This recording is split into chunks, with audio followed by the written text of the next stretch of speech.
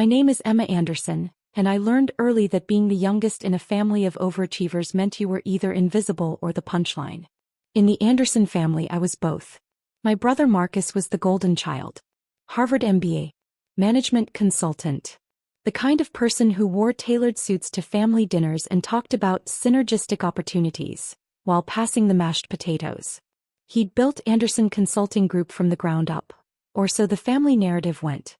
5 years in business, 23 employees, clients across 3 states. Mom called him her visionary. Dad called him the future of this family. They called me the creative one, which in Anderson family language meant the disappointment. I'd graduated from a state school with a degree in graphic design. I worked freelance. I lived in a modest apartment in the Arts District. I drove a 7-year-old Honda Civic.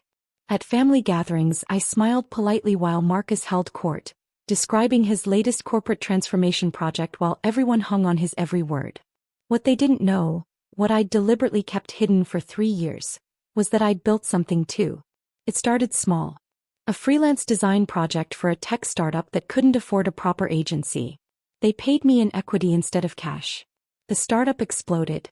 My small stake became worth $340,000. I reinvested.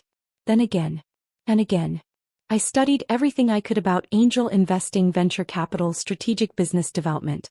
I had a gift for spotting companies on the verge of breakthrough. Within 2 years, my portfolio had grown to $8.2 million.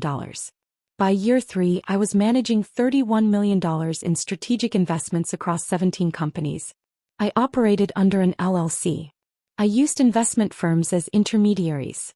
I never attended board meetings in person, always via secure video link.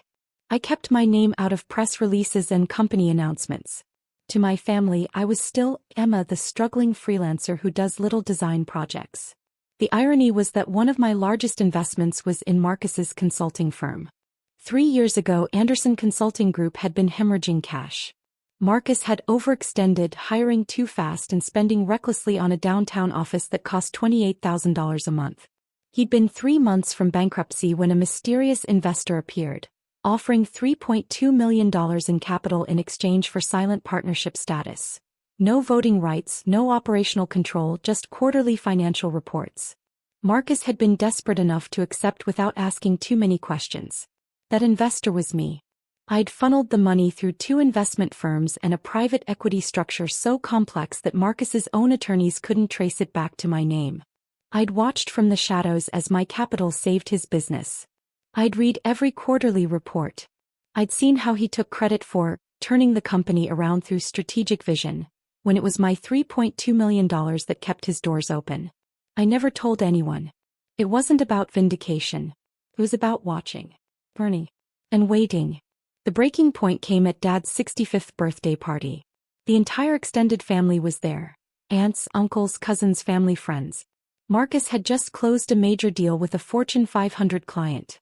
He was the man of the hour, champagne glass raised, describing his negotiation tactics while 40 people listened in admiration. I sat in the corner, nursing a glass of wine when Aunt Patricia approached. "Emma, sweetie," she said with that particular tone of pity that made my jaw clench. "Are you still doing those little design projects?" "I'm working on a few things," I replied neutrally. "That's nice. You know, Marcus's firm is doing so well. Maybe he could throw some work your way? You could design his business cards or something." Before I could respond, Marcus appeared, draping his arm around Patricia's shoulder. "Actually, Aunt Pat, I've been meaning to talk to Emma about that." He looked at me with exaggerated concern. "I heard you've been telling people you're an investor now?" The nearby conversations quieted. "I do some investing," I said carefully. Marcus laughed, not unkindly but with that particular older sibling condescension that cut deeper than cruelty. "Emma, I appreciate the ambition, but you should be careful about representing yourself that way. It could hurt the family's reputation. People know the Anderson name because of the work I've built. When you go around calling yourself an investor with your," he gestured vaguely, "your freelance income, it makes us all look less credible." Aunt Patricia nodded sympathetically. "He's just looking out for you, dear." "I understand," I said quietly. "Good." Marcus squeezed my shoulder. "I'm saying this because I care. The business world is serious. You can't just play pretend and expect people to take you seriously. Stick to your design work. Leave the investment world to people who actually understand it. I smiled politely and excused myself. 2 weeks later, I received the lawsuit. Marcus was suing me for defamation and fraudulent misrepresentation, claiming I'd been falsely presenting myself as a successful investor, and that my deceptive behavior was damaging the Anderson family's business reputation. He was demanding $500,000 in damages and a court order preventing me from describing myself as an investor in any public setting. The petition included testimony from family members confirming I was just a freelance designer, copies of my modest apartment lease, photos of my old Honda, and a detailed argument that my claims of investment success were obvious fabrications designed to elevate her status by association with the legitimate Anderson business achievements. My mother called. "Emma, honey, Marcus is just trying to protect the family. If you just admit you've been exaggerating and apologize, I'm sure he'd drop this." My father was more direct. "This is embarrassing, Emma. Stop this nonsense before it goes to court." I hired the best litigation attorney in the state. Her name was Catherine Price, and she specialized in business defamation cases. When I walked her through my actual financial situation, complete with documentation, her eyes widened. "Ms. Anderson," she said carefully, "you understand that your brother is suing you while being substantially funded by your investment?" "I'm aware," I replied. "And you want to reveal this in court?" "I want to respond to his lawsuit appropriately. Whatever that requires." Catherine smiled. It wasn't a nice smile. "Then let's give him the truth he's asking for." The courtroom was packed on the day of the hearing. Marcus had made sure of that. He'd invited family friends, business associates, even some of his consulting firm's clients. He wanted witnesses to my humiliation. He wanted everyone to see the family embarrassment being put in her place. I sat at the defendant's table in a simple gray suit, my attorney beside me, a single folder in front of me. Across the aisle, Marcus sat with his legal team, 3 attorneys from a downtown firm that charged $600 an hour. He looked confident, relaxed, occasionally smiling at people in the gallery. Mom and Dad sat in the front row behind Marcus. Aunt Patricia was there. Uncle James. My cousin Bradley, who worked for Marcus's firm. Half the room was there to support the golden child. The other half was there to watch me fail. Judge Raymond Martinez called the court to order. He was a stern-looking man in his late 50s, known for running an efficient courtroom and having little patience for frivolous cases. Marcus's lead attorney, Robert Hutchinson, stood first. He was silver-haired, expensive-suited, the kind of lawyer who exuded authority. "Your Honor," Hutchinson began, "this case is straightforward. The plaintiff, Marcus Anderson, has built a reputable consulting business over 5 years through dedication and expertise. His sister, the defendant Emma Anderson, has been deliberately misrepresenting herself as a successful investor, creating confusion in their shared social and business circles. This fraudulent behavior damages Mr. Anderson's hard-earned reputation and creates liability for his firm.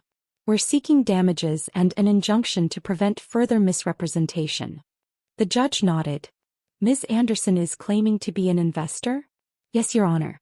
Despite evidence showing she's merely a freelance graphic designer with modest income living in a rent-controlled apartment." "I see. Does the defendant actually invest money in anything?"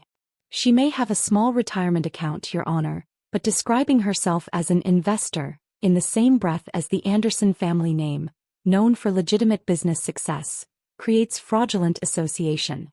Judge Martinez looked at me. "Ms. Anderson, do you represent yourself as an investor?" I stood. "Yes, Your Honor. I am an investor." Marcus smirked. Several people in the gallery shifted uncomfortably. "Could you be more specific about the nature of your investments?" the judge asked. Catherine stood smoothly.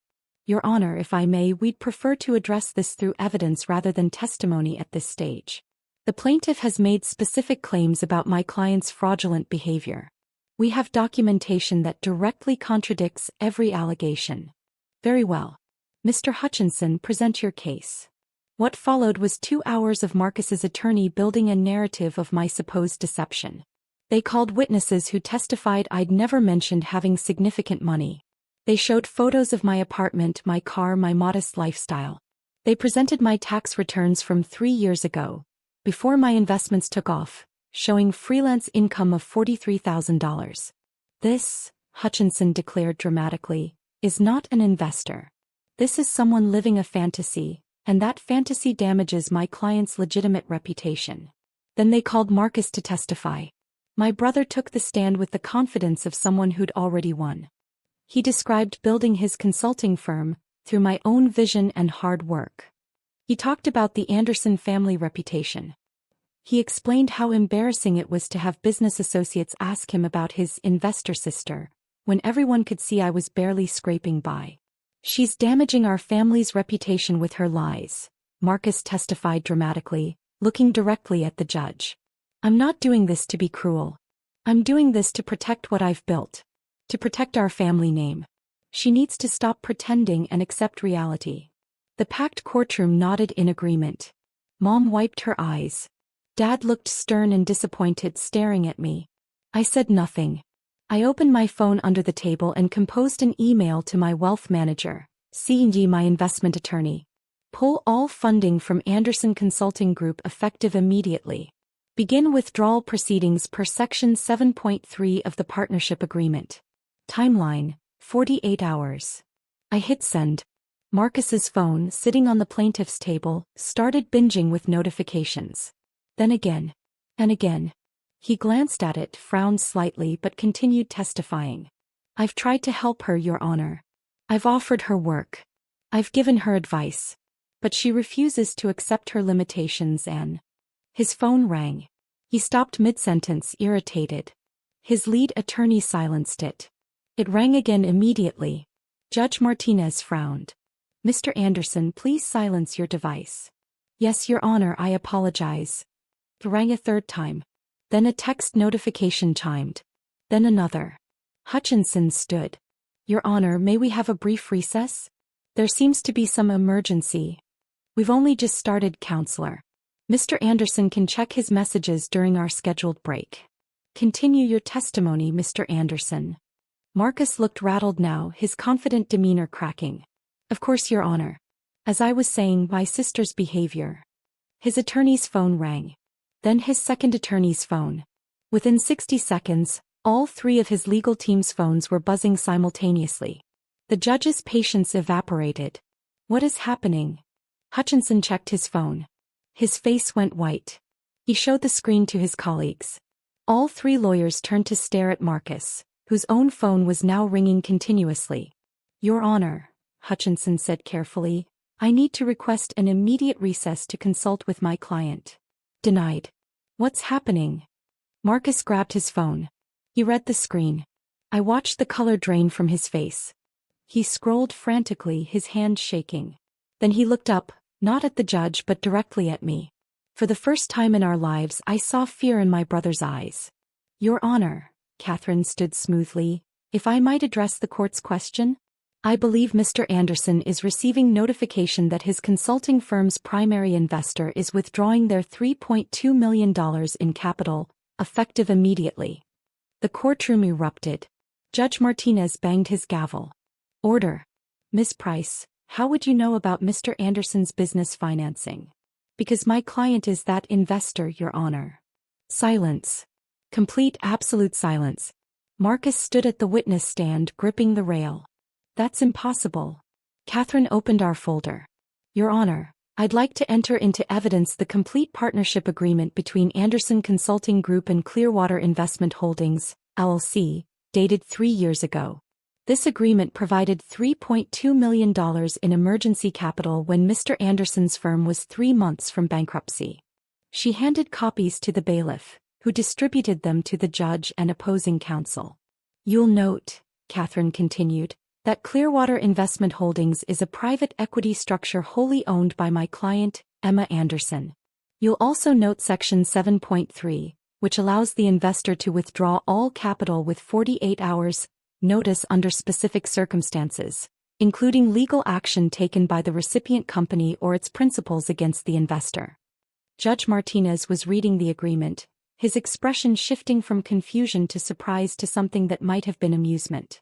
Ms. Anderson, you've been funding your brother's business for 3 years? I stood. Yes, Your Honor. And he didn't know? The agreement specified silent partnership status. He knew he had an investor. He didn't know the investor's identity.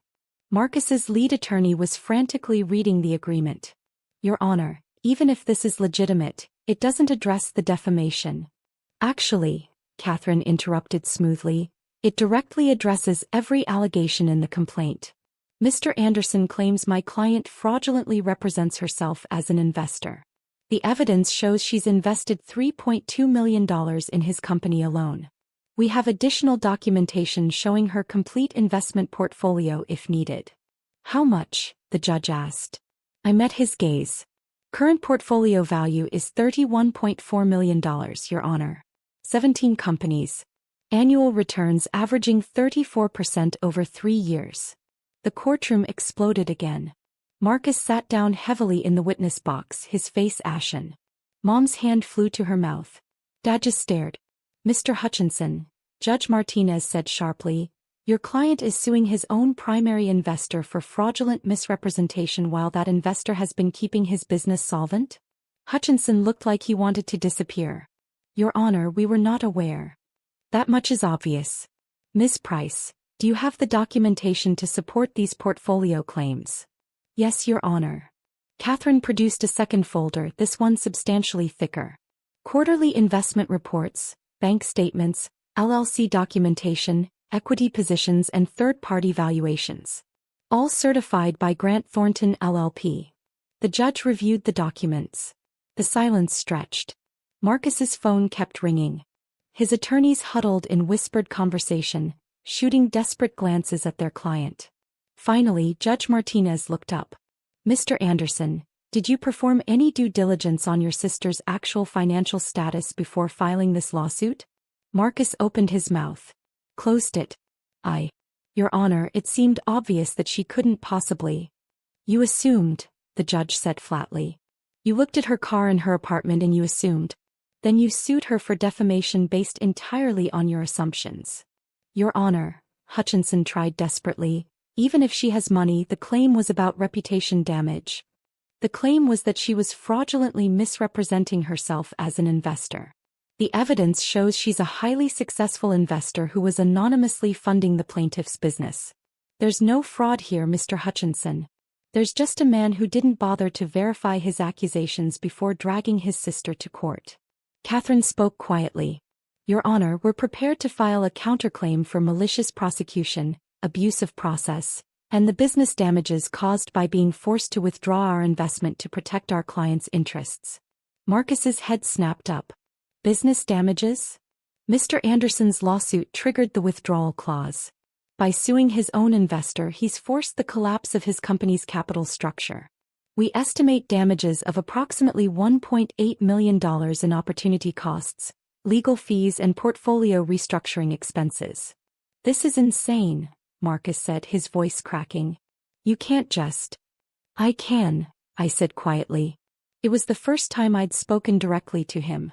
You sued me for being honest about what I do. The partnership agreement has a specific clause for this scenario. You just never bothered to read it carefully. Hutchinson was speed reading the agreement now. He found section 7.3. His shoulders slumped. Your Honor, request a brief recess to discuss settlement options with our client.